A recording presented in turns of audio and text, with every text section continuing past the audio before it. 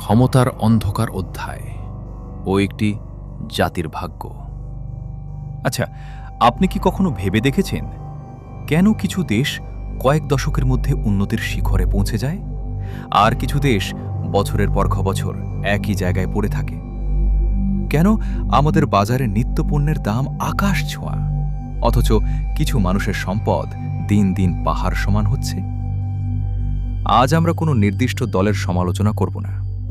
আজ আমরা ইতিহাসের পাতা উল্টে দেখব এবং পৃথিবীর শ্রেষ্ঠ দুটি বই, রবার্ট গ্রিনের দ্য ৪৮ লস অফ পাওয়ার এবং ড্যারেন অ্যাসেমোগলুর ওয়েন নেশনস ফেলের আলোতে বুঝব আমাদের চারপাশে আসলে কি ঘটছে। যদি আপনি মনে করেন আপনার জীবনযাত্রা বা আপনার দেশের পরিস্থিতি কেবল ভাগ্যের ওপর নির্ভরশীল, তবে আজকের এই ভিডিওটি আপনার সেই ভুল ভেঙে দেবে। প্রথম অংশ, অনুগত বনাম যোগ্য। রবার্ট গ্রিন তার বইতে ক্ষমতার একটি নির্মম সত্য তুলে ধরেছেন।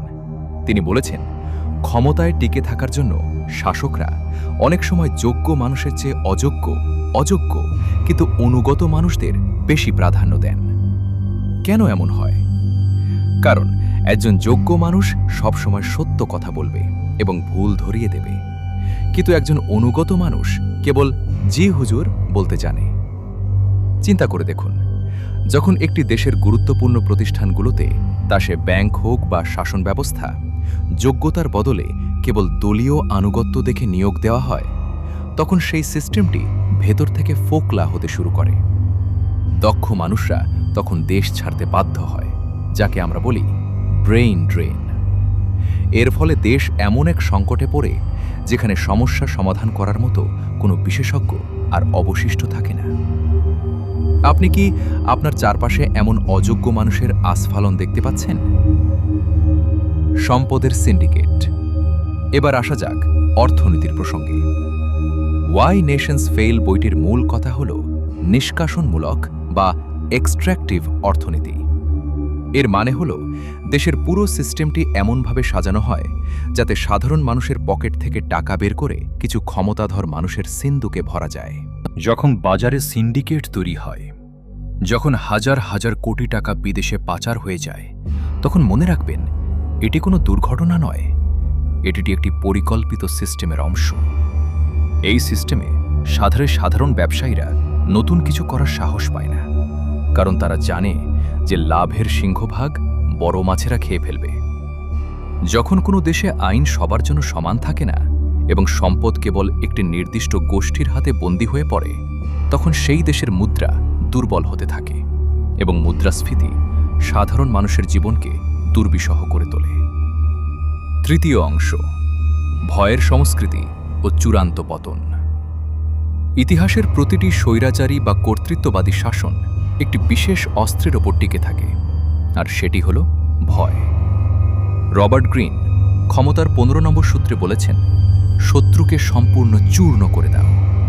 কিন্তু আধুনিক বিশ্বে এই শত্রু বলতে কেবল প্রতিপক্ষকে বোঝায় না, বরং সাধারণ মানুষের কণ্ঠস্বরকেও বোঝানো হয়। যখন মানুষ কথা বলতে ভয় পায়, যখন সত্য বলার জায়গাগুলো সংকুচিত হয়ে আসে, তখন শাসকরা মনে করেন তারা অমর। কিন্তু ইতিহাস সাক্ষী দেয়, ভয় দেখিয়ে শাসন করা রাজাদের পতন হয় সবচেয়ে মর্মান্তিকভাবে। কারণ অতিরিক্ত চাপ যখন মানুষের সহ্যসীমা ছাড়িয়ে যায়, তখন তারা বেপরোয়া হয়ে ওঠে। যখন একটি রাষ্ট্রের ইনক্লুসিভ বা অন্তর্ভুক্তিমূলক হওয়ার ক্ষমতা হারিয়ে যায়, তখন বড় কোনো মেগা প্রজেক্ট বা বাহ্যিক জাঁকজমক দেশটিকে ধ্বংসের হাত থেকে বাঁচাতে পারে না। উপসংহার। বন্ধুরা, একটি দেশ তাসের ঘরের মতো ভেঙে পড়ে না, এটি পুনরুদ্ধার ঘরের মতো ভেঙে পড়ে না। এটি ধীরে ধীরে পচে যায় যখন সাধারণ মানুষ তাদের অধিকার সম্পর্কে উদাসীন থাকে। মোটিভ চ্যানেলের আজকের এই আলোচনার উদ্দেশ্য ছিল আপনাদের বর্তমান পরিস্থিতির পেছনের আসল বিজ্ঞানটি বোঝানো। মনে রাখবেন, সচেতনতাই হল পরিবর্তনের প্রথম ধাপ। আপনার কি মনে হয়, আমাদের চারপাশে কি এই ক্ষমতার খেলাগুলোই চলছে? আপনার মূল্যবান মতামত কমেন্টে জানান। আর এই ধরনের গভীর বিশ্লেষণমূলক অডিও বুক সামারি নিয়মিত পেতে আমাদের চ্যানেলটি সাবস্ক্রাইব করে রাখুন।